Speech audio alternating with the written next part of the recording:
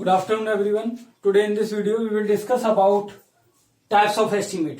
तो आपके types of estimate दो तरीके के होते हैं. पहला आपका प्रिलिमिनरी एस्टिमेट और इसके नाम रफ एस्टिमेट या बाकी की चीजें जो मैं अभी बताऊंगा आपको. दूसरा होता है डिटेल्ड एस्टिमेट. तो डिटेल्ड एस्टिमेट को तो हम नेक्स्ट वीडियो में डिस्कस करेंगे. इस वीडियो हम केवल एक ही डिस्कस कर पाएंगे, वो है आपका रफ एस्टिमेट या फिर हम बोलते हैं उसे प्रिलिमिनरी एस्टिमेट. ठीक है, तो इसी को हम आगे समझते हैं और इसके जो टाइप्स हैं उनको भी हम इसमें पढ़ेंगे. ठीक है, तो स्टार्ट करते हैं प्रिलिमिनरी एस्टिमेट. प्रिलिमिनरी बोले या फिर प्राथमिक शुरुआत वाला जो एस्टिमेट बोला जाता है. ठीक है, इसी का नाम है आपका रफ एस्टिमेट. ये सभी क्या है, कॉस्ट एस्टिमेट बोले जाएंगे. Preliminary cost estimate, rough cost estimate, approximate cost estimate, abstract cost estimate, budget cost estimate. तो इन सभी के नाम हैं, मतलब एक ही जो आपका प्रिलिमिनरी एस्टिमेट है उसी के ये 4-5 नाम दे रखे हैं. कभी आपको ऑब्जेक्टिव में रफ एस्टिमेट के नाम से दे देते हैं, कभी आपसे अप्रोक्सीमेट एस्टिमेट के नाम से पूछा जाता है, कहीं कहीं आपसे एब्स्ट्रैक्ट के नाम से, और फिर बजट एस्टिमेट. काम क्या है इसका, क्यों हम इसे यूज कर रहे हैं? जब भी हमें कोई भी कॉन्ट्रैक्ट लेना है, ठीक है, जो आपको एडमिनिस्ट्रेटिव अप्रूवल लेना है कॉन्ट्रैक्ट का, ठीक, या फिर कोई भी आपको किसी भी प्रोजेक्ट की कॉस्ट निकालनी है इनिशियली, जैसे आपको कोई प्रोजेक्ट लेना है तो उसकी कॉस्ट निकालोगे पहले, उसके बाद ही हम उसे पता कर पाएंगे कि इस प्रोजेक्ट की हमारी मान के चलिए 200 करोड़ कॉस्ट है, तो उतना हमारी खुद की लागत होगी.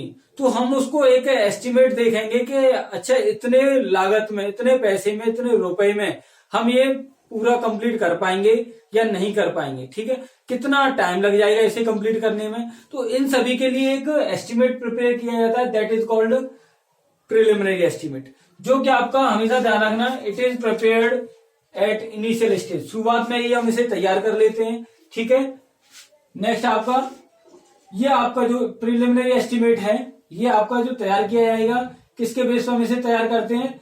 Practical knowledge. ठीक है, जो आपके एस्टिमेटर हैं उनको प्रैक्टिकल नॉलेज होनी चाहिए. बिलिंग इंजीनियर हैं जो आपके, उसी बेस पर वो इसे जल्दी से जल्दी कर पाते हैं. ठीक है, क्योंकि क्या है, इसमें कहीं भी हम डिटेल में नहीं जाते. ये एस्टिमेट मैंने इसीलिए नाम बोला है रफ. रफ मीन्स एक लमसम एस्टिमेट, मतलब 5 से 2, 4, 5, 10% का वेरिएशन इसमें रह सकता है.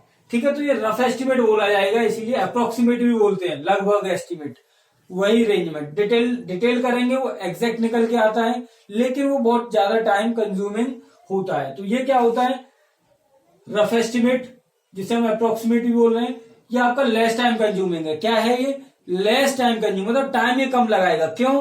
क्योंकि आपका प्रैक्टिकल नॉलेज के बेस पर, जो प्रैक्टिकल नॉलेज है एस्टिमेटर की, उसी बेस पर हम इसे तैयार करते हैं. ठीक है, तो कम समय लगता है और जल्दी हम इसे तैयार कर देते हैं. और ज्यादातर हम इसे कब प्रीफर करते हैं? जब हमारे सिमिलर वर्क हो रहे होते हैं. ठीक है, एक जैसे आपका एक जगह पे कोई बिल्डिंग बनी हो, उसी तरीके की बिल्डिंग आपकी कहीं दूसरी जगह बनी हो, तो उस तरीके की सिमिलर बिल्डिंग की कॉस्ट को लेकर हम एक एक्सपेरिमेंटल व्यू या फिर हम बोले कि प्रैक्टिकल नॉलेज के बेस पर हम बोल देते हैं कि दोनों की कॉस्ट सेम रहेगी या फिर इतनी इतनी कॉस्ट का वेरिएशन आएगा. ठीक है, तो सिमिलर वर्क के लिए बोले. दूसरा लेस टाइम कंज्यूमिंग है, मतलब हम बोले क्विक मेथड है. अगर डिटेल्ड एस्टिमेट और रफ एस्टिमेट में से, दोनों में से पूछा जाए which of the following is a quick method, तो आपका कौन सा है? Rough estimate. ये जो आपका एस्टिमेट है, this is called quick method. ठीक है, तेज है, जल्दी से करके दे देगा. लेकिन ध्यान रखना, इट इज लेस एक्यूरेट. ये आपका लेस एक्यूरेट है, पूरा एक्यूरेट नहीं है. क्यों नहीं है? क्योंकि ये आपका क्या है, नाम से ही पता चल रहा होगा, अप्रोक्सीमेट एस्टिमेट है. ठीक है, तो ये लेस एक्यूरेट है. क्या है ये? लेस एक्यूरेट और लेस टाइम कंज्यूमिंग. दो चीजें ध्यान रखना लेस में, लेस एक्यूरेट भी है, कम एक्यूरेट है ये.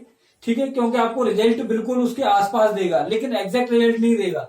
दूसरा क्या कहता है कि ये लेस टाइम कंज्यूमिंग है और लेस एक्यूरेट है. ठीक, और सिमिलर वर्क के लिए हम इसे यूज करते हैं. ठीक है, नेक्स्ट हम मूव करते हैं अब इसके टाइप्स ऑफ एस्टिमेट में. ये तो टाइप्स ऑफ एस्टिमेट आपका प्रिलिमिनरी और डिटेल्ड एस्टिमेट होते थे. डिटेल को हम बाद में पढ़ेंगे. यहां हमने प्रिलिमिनरी या फिर रफ एस्टिमेट को पढ़ा है, और अब हम बात करेंगे आगे टाइप्स ऑफ रफ एस्टिमेट. ठीक है, types of rough estimate. Rough estimate बोले, अप्रोक्सीमेट एस्टिमेट बोले, सब यही है. ठीक है, तो अब हम किसकी बात करेंगे? Types of rough estimate. Rough बोले या फिर अप्रोक्सीमेट बोले. ठीक है, तो टाइप्स ऑफ रफ एस्टिमेट में देखिए, पहला है आपका यूनिट रेट एस्टिमेट, और लगाया है, मतलब क्या है इसका दूसरा नाम हम रनिंग रेट एस्टिमेट भी बोल देते हैं। ठीक है, या तो हम यूनिट रेट एस्टिमेट बोले या फिर रनिंग रेट एस्टिमेट बोले।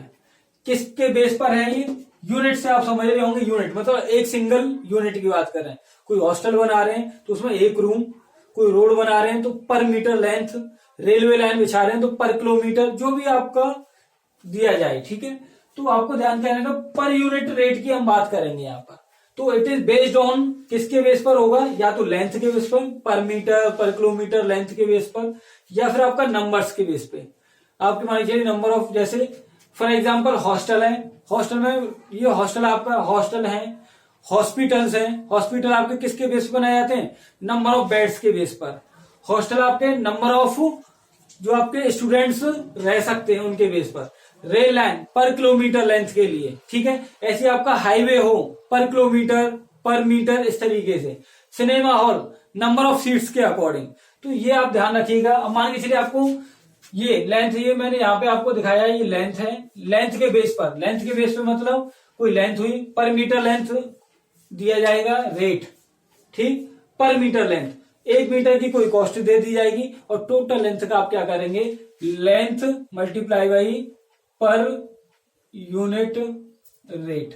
ये इसका फॉर्मूला बन जाता है, length multiply by per unit rate. ठीक है, तो आपको समझ में आ गया होगा यूनिट रेट एस्टिमेट क्या होता है। यूनिट रेट को ही हम रनिंग बोलते हैं, मतलब जैसे आपका स्कर्टिंग मेजर होता है, कॉर्निश मेजर होता है, बाकी का हॉस्टल, हॉस्पिटल्स, रेल लाइन, ठीक है, रेलवे, हाईवेज अगर हम बात करें, और आपका सिनेमा हॉल, ये सब नंबर्स में बात करेंगे या फिर लेंथ में बात करेंगे। ठीक है, नेक्स्ट हम बात करेंगे plinth area. Plinth area cost estimate, या फिर हम बोले स्क्वायर मीटर, मतलब एरिया हमारा कैसे मेजर किया जाता है भाई, ऑब्वियसली मीटर स्क्वायर मेजर करते हैं। ठीक है, तो प्लिंथ एरिया बोले या फिर स्क्वायर मीटर एस्टिमेट बोले। प्लिंथ एरिया होता क्या है, आपको इससे पहले जो वीडियो मैंने कराई थी उसमें बताया था प्लिंथ एरिया क्या है। It is a total covered area at any floor level, किसी भी फ्लोर लेवल पे जो कवर्ड एरिया होता है that is called plinth area. अब देखिए इट इज बेस्ड ऑन, किस पे बेस्ड है, प्लिंथ एरिया पे। कोई बिल्डिंग है, ठीक है, उसमें उसकी लेंथ दी जाएगी, विड्थ दी जाएगी, मतलब उसका एक प्लान एरिया दिया जाएगा, प्लान एरिया। ठीक है, जिसे हम बोलते हैं प्लिंथ एरिया, जो आपका प्लिंथ एरिया दिया गया है। ठीक है, और क्या दिया जाएगा, प्लिंथ एरिया रेट दिए जाएंगे मार्केट में जो चल रहे हैं। आप क्या करेंगे, प्लिंथ एरिया जो टोटल आ रहा है, for example 100 metre square area आया आपका, ठीक है, और आपने क्या किया, मार्केट में उसके रेट चल रहे हैं 5000 पर मीटर स्क्वायर रेट से, तो आप जस्ट मल्टीप्लाई कर दीजिए, आपको टोटल कॉस्ट मिल जाएगी। ठीक है, तो इस तरीके से आपको इन चीजों को समझना है। ठीक, अब हम नेक्स्ट मूव करते हैं क्यू रेट एस्टिमेट। ये सभी, ये जितने भी मैंने 6 टाइप के एस्टिमेट लिखाए हैं, ये सब आपके किसके हैं, rough estimate, approximate estimate, preliminary estimate के ही टाइप्स हैं। क्लियर। अब हम बात करेंगे क्यू रेट। क्यू का आपको पता, आप ध्यान रखिएगा, अगर इन चारों में से कोई भी, 5 और 6 में से कोई भी अगर आपसे पूछा जाता है ऑब्जेक्टिव क्वेश्चन, किसमें से सबसे ज्यादा एक्यूरेट कौन सा है, तो मोस्ट एक्यूरेट मेथड आपका क्यू रेट एस्टिमेट। इसी को हम मीटर क्यू एस्टिमेट बोलते हैं, इसी को हम वॉल्यूम एस्टिमेट भी बोलते हैं। ठीक है, अब वॉल्यूम एस्टिमेट है मतलब हर एक मल्टी स्टोरी बिल्डिंग के लिए अलग अलग कंसीडर करेंगे। ठीक, अब देखना, ये आपका क्यूबिकल कंटेंट के बेस पर होता है, किसके बेस पर, क्यूबिकल कंटेंट के बेस पर। तो क्यूबिकल कंटेंट यानी कि वॉल्यूम की बात कर रहे हैं, तो हम क्या करेंगे यहाँ पे, किसी भी बिल्डिंग का आप क्या करें, पहले आप किसी फ्लैट की बात करें, बिल्डिंग की बात कर रहे हैं, उसका एक प्लिंथ एरिया लेंगे। प्लिंथ एरिया कैसे निकलेगा, length into width, plinth area multiply by height कर दीजिए, तो एरिया मल्टीप्लाई बाई हाइट क्या बन गया आपका, वॉल्यूम, और उसमें आप मल्टीप्लाई कर दीजिए किससे, पर मीटर क्यूब के रेट से। भाई मान के चलिए, जैसा कि मैंने यहाँ पे मीटर स्क्वायर के रेट दिए थे, ऐसे ही फॉर एग्जांपल आपको वॉल्यूम के रेट दिए जाए। ठीक है, तो यहाँ पे आप क्या करेंगे, पर क्यूबिक रेट जो भी आपको दिए गए हैं मार्केट के, उससे आप मल्टीप्लाई कर दीजिए टोटल वॉल्यूम में, तो आपको मिल जाएगा क्यूबिकल कंटेंट।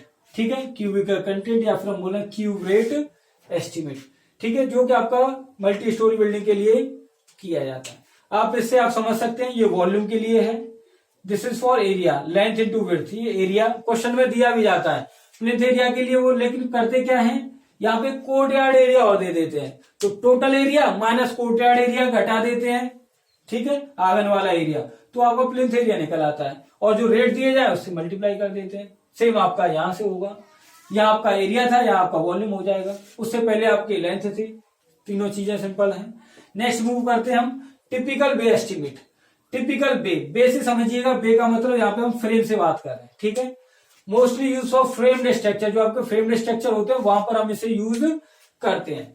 सिमिलर बे बिल्डिंग, जैसे हमारे सिमिलर टाइप के ब्लॉक्स होते हैं, बिल्डिंग्स होती हैं, कहाँ ज्यादा प्रीफर करते हैं वैसे इंस्टीट्यूशनल बिल्डिंग में। इंस्टीट्यूशनल बिल्डिंग मतलब आपका फ्रेम्ड टाइप का स्ट्रक्चर, जैसे ये देखते हैं हम, ये ब्लॉक है, एक ब्लॉक, दूसरा ब्लॉक, तीसरा ब्लॉक, चौथा, इस तरीके से ब्लॉक्स बने हुए हैं बिल्डिंग में, ठीक है।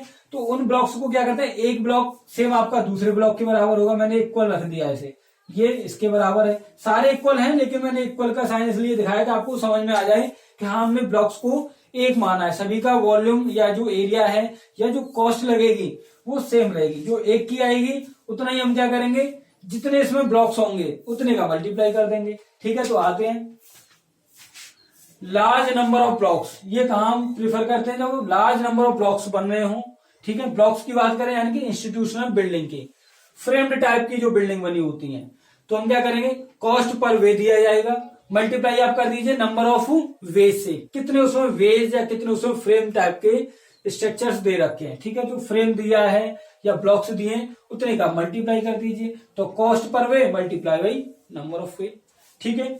चलिए नेक्स्ट हम आते हैं परसेंटेज रेट एस्टिमेट, ठीक। परसेंटेज रेट का मतलब क्या है, it is based on percentage of capital cost, जो शुरुआती कॉस्ट थी उसका कुछ परसेंटेज लिया जाता है, चाहे हम पैटी वर्क के लिए, छोटे मोटे कार्यों के लिए बात करें, या फिर ज्यादातर हम इसे किसके लिए प्रीफर करते हैं, रिपेयर वर्क के लिए। तो हम क्या बोल देते हैं कि जो आपका परसेंट रेट एस्टिमेट है, रिपेयर वर्क कर रहे हैं, ठीक है, कोई छोटा मोटा वर्क है, तो डायरेक्टली हम उसे क्या करते हैं, जो इनिशियल कैपिटल कॉस्ट थी उसी का परसेंटेज के बेस में मान के चलिए कि टोटल कॉस्ट थी उसका 1.5% हमने रिपेयर के लिए बोल दिया, 1.5%, ठीक है, या फिर 5%, 10%, 12%, वो किसी भी वर्क के लिए अगर हम बोल रहे हैं तो उसे हम बोलते हैं percentage rate estimate, clear. Next आते हैं हम estimate based on material and labour, ठीक है। तो किसके बेस पर है, मटेरियल एंड लेबर के बेस पर है, ठीक है। तो बात करते हैं cost of material plus labour, दोनों को आप ऐड कर दीजिए, ठीक। मोस्टली से हम किस पे करते हैं, प्लिंथ एरिया के बेस पर हम इसे करेंगे, ठीक है। किसके बेस पर हम इसे परफॉर्म करेंगे, प्लिंथ एरिया के बेस पे। तो आपको करना क्या पड़ेगा, टोटल प्लिंथ एरिया दिया जाएगा, उस प्लिंथ एरिया के बेस पर ही आप बताएंगे कि इसमें सीमेंट कितना लगा है, मटेरियल की बात करें तो सैंड कितनी लगी है, एग्रीगेट कितने लगे हैं, स्टील कितनी लगेगी, ठीक है। एक अप्रोक्सीमेट आइडिया है। ऐसे ही आपको अगर प्लिंथ एरिया दिया जाए तो उससे आप ये भी बता सकते हैं कि नंबर ऑफ मेसन्स कितने लगेंगे, नंबर ऑफ लेबर कितनी लगेंगे। तो ये जो मेथड है, यहां पर आपका जो CRR है, जो आपके रुड़की है, IIT रुड़की है, वहां से कुछ इंपेरिकल फॉर्मूले जनरेट किए गए, जो कि आपको मैं अभी बताऊंगा। IIT रुड़की की तरफ से अपने भारत देश में जनरेटेड किया गया है। IIT रुड़की की तरफ से जो इंपेरिकल फॉर्मूले दिए गए हैं, ठीक है, जो इक्वेशंस दी गई हैं, उनकी हेल्प से आप क्या पता कर सकते हैं, अगर आपको प्लिंथ एरिया दिया जाए तो उस प्लिंथ एरिया से आप ब्रिक पता कर सकते हैं, सैंड, मतलब आप मटेरियल और लेबर को फाइंड आउट कर सकते हैं, ठीक है। तो it is based on central building research institute, it is based on central building research institute, CBRI, ठीक है। रुड़की ने फॉर्मूला जनरेट किया है। वैलिड फॉर किसके लिए वैलिड है, केवल 30 मीटर से लेके 300 मीटर स्क्वायर, 30 मीटर स्क्वायर से लेके 300 मीटर स्क्वायर प्लिंथ एरिया के लिए ही ये वैलिड है केवल, ठीक है। अगर इतना प्लिंथ एरिया दिया गया है तो के आपके ये वाले फॉर्मूले जो IIT रुड़की से जो आपके इंपीरिकल फॉर्मूले बनाए गए हैं ये वैलिड है, ठीक है। चलिए अब हम समझते हैं, यहाँ पे देखिए बहुत सारी चीजें थी, लेकिन due to lack of time, समय की कमी की वजह से, और फिर मेन चीजों को डिटेल में अगर बताऊंगा तो आपको नेक्स्ट वीडियो में समझा सकता हूं। यहाँ आपको जो मोस्टली पूछे जाते हैं उन चीजों को मैं आपसे डिस्कस कर ले रहा हूं कि नंबर ऑफ ब्रिक्स आपको निकालनी है, सीमेंट निकालना है या मैसन निकालने हैं। तो आप डायरेक्टली कैसे निकाल सकते हो, तो कैसे निकालेंगे, मटेरियल जैसे ब्रिक है, ब्रिक आपके नंबर्स में निकलती है, सिंगल फ्लोर बिल्डिंग, एक मंजिल की कोई बिल्डिंग है उसके लिए, 2 फ्लोर की बिल्डिंग है उसके लिए, 4 फ्लोर की बिल्डिंग है तो उसके लिए हम कुछ इंपेरिकल फॉर्मूले दिए गए हैं IIT रुड़की द्वारा, उनको हम फॉलो करेंगे।